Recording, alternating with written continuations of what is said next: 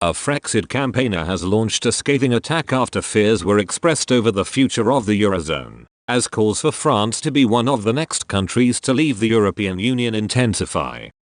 Brexit was completed at the end of last year when the UK finally cut all ties with the European Union, ending 47 years of membership and freeing it from Brussels' rules on the single market and customs union, which it has been tied to under the agreed transition period. Prime Minister Boris Johnson has embraced Britain's newfound freedoms and sovereignty, shutting down Project Fear and insisting the country will flourish outside the EU. But Brexit and several cases of infighting from within the EU and its member states has led to calls for more countries, including France, to leave the bloc, piling pressure on under fire President Emmanuel Macron. Mark Tauti, president of ACDEFI, an independent economic and financial consulting firm serving businesses, professionals and individuals, has now claimed there could be catastrophic consequences if the euro were to disappear. In an article for French economic website Capital, he wrote, "The probability of an explosion in the eurozone is increasing day by day. And this, not only because of the multiple errors of economic policies of our leaders, but also because of the inability of the European Union in the broad sense and of the euro area in particular to manage the health crisis effectively, in particular in matters of vaccination. So much so that the economic and monetary union risks being the last part of the world to emerge from the pandemic. Faced with such failures, we must therefore recognize that the eurozone itself is indeed in danger. Rather than taking refuge in denial and rejecting this possibility, as too many European leaders and citizens do, it would be much more appropriate to accept this extreme case and to think about the disastrous consequences that it could entail, so as to understand what to do to avoid it. This is what we propose to do."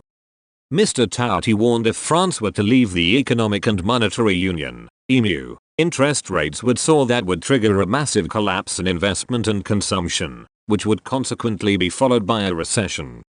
He said, if France left EMU, the interest rates at which it borrows would also soar, certainly reaching 8–10% for the 10-year rate. Beyond the worsening deficit and debt that this would engender, this dramatic tension would trigger a collapse in investment and consumption, followed by a recession, which, in turn, would result in a further increase in the public deficit, so a rise in interest rates and the pernicious circle would continue. In an attempt to stop the bleeding, the government would then have no choice but to re-establish exchange controls and drastically increase customs duties. In other words, the French could not get their money out of France without authorization from the Banque de France. The Banque de France could also activate the printing press and monetize the public debt. The problem with this scenario, which might seem idyllic to some, is that France's credibility would come out particularly weakened on the international scene. In addition, by creating money without the creation of corresponding wealth, inflation would soar to 8%, which would further hamper the lack of purchasing power of the French and worsen the recession. As for the excessive taxation of assets and businesses, it would result in a further collapse of investment and consumption, and therefore an exacerbation of the recession, with all the dramatic social consequences that this would bring. Already on edge, the underprivileged populations would become uncontrollable, which would end up causing riots, even a civil war. Mr. Tauti ended his article by warning, if the exit from the euro area is quite possible, it should be known that it would necessarily result in a worsened and lasting recession, in an unprecedented social crisis, but also civil wars, even a military conflict. In short, Europe and the world would enter a black hole. History has shown us that when a revolution begins in France, it can last a long time and end very badly. Obviously, the game is really not worth the effort. In other words, despite knowing that the way Europe works must be completely changed, including replacing dogmatism and technocracy with common sense and pragmatism, the euro area must be saved. But the defense of the euro sparked a furious response from Frexit campaigner and MEP Florian Philippot, who tweeted, "They are forced to say there will be an unprecedented social crisis, civil war and military conflict in the event of Frexit. They have forgot about nuclear war. Their propaganda is increasing because they know Frexit is coming."